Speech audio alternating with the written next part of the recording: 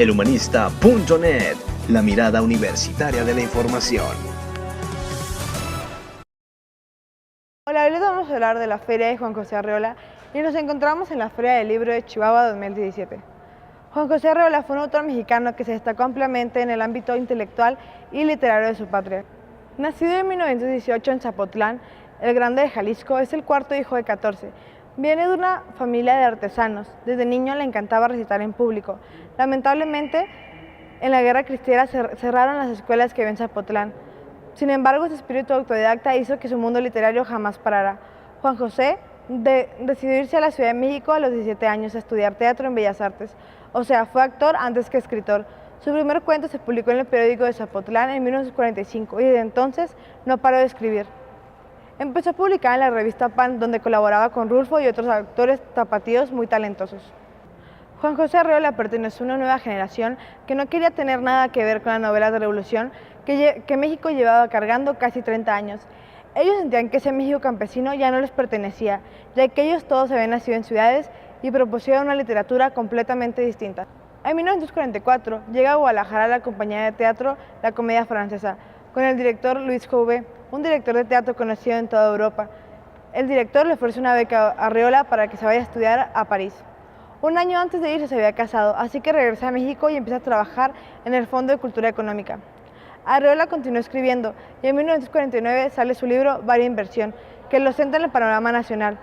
En el 52 publica Confabulario. Esto ya lo hizo posicionarse en un panorama hispanoamericano. Juan José fundó lo que hoy se le conoce como la Casa del Lago, en la Ciudad de México, donde se encargó de reunir una serie de artistas y escritores que sacudieron el panorama cultural de la época. En los diversos espacios experimentó, se rompió con las formas dominantes de arte en las diversas disciplinas. Estando ahí, le piden escribir Bestiario, inspirado en el zoológico de Chapultepec que estaba cruzando la calle. Como resultado, da un libro maravilloso donde los animales se humanizan. En 1963 se publica La Feria, novela construida a base de pequeños e ingeniosos capítulos. Esta colección de dichos, comentarios, frases y refranes locales nos permiten configurar a los personajes exclusivamente de sus voces fragmentadas. Gracias a esta novela le dieron el premio Javier Villaurrutia.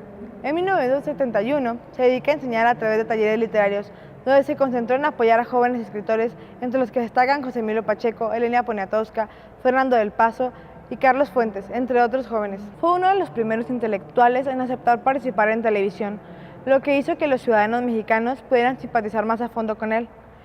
Continuó su transmisión de cultura por medio de la televisión.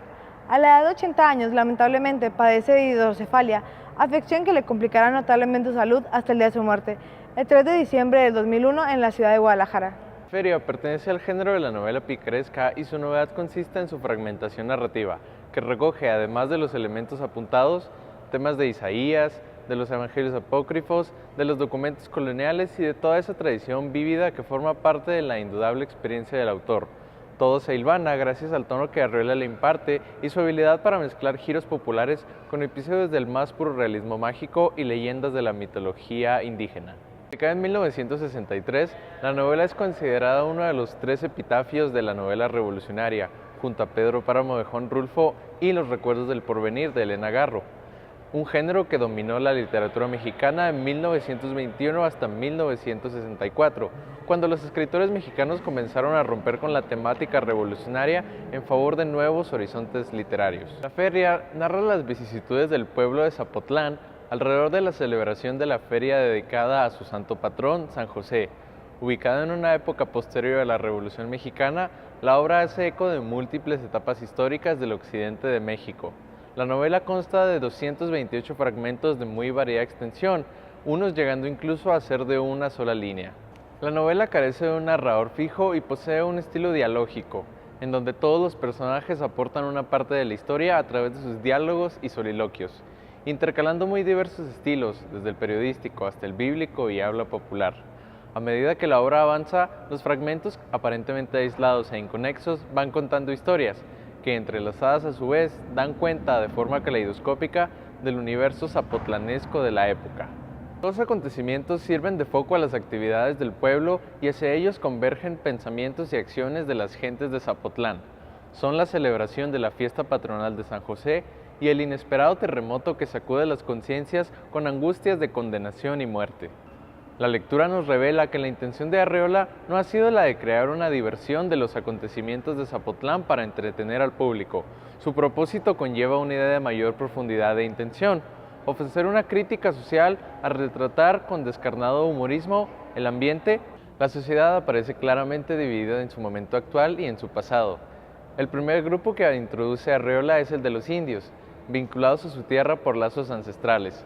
La disputa por la posesión de sus tierras está unida a una larga serie de reclamaciones, cuyo encabezamiento empieza así: al señor oidor, al gobernador del estado, al señor obispo, al señor capitán general, al virrey de la Nueva España, al señor presidente de la República. Es evidente que estos papeles recorren el largo camino que va desde los inicios de la colonia hasta los días republicanos y que la situación del indígena sufre el abandono y abusos oficiales. La agricultura domina las actividades de la mayoría de los pobres y sus faenas se mezclan con los recuerdos de la Revolución de 1910. Los caciques locales controlan la producción agrícola y dirigen la economía del pueblo. Los artesanos ocupan un lugar secundario y en algunos casos su oficio tiene rasgos de trivial comicidad, como el caso del fabricante de velas que confecciona un cirio gigante para la fiesta patronal.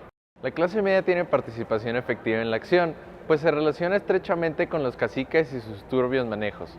Muchos de los burgueses son, en cierto modo, caciques también por su control o influencia. Por primera vez, la responsabilidad de los gastos y organización de la fiesta estará a cargo de los indígenas y los prejuicios contra ellos se exacerban.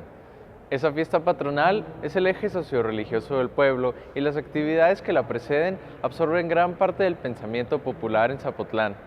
Es un pueblo como muchos otros y lo que lo singulariza en este relato de Arreola es el dinamismo efectivo de los episodios cortos que mueven la acción. La problemática local, real o imaginaria, está siempre presente y la censura que hace el autor de la explotación, los abusos, el machismo y la discriminación tiene tal matiz humorístico que suaviza las aristas de su intencionada crítica.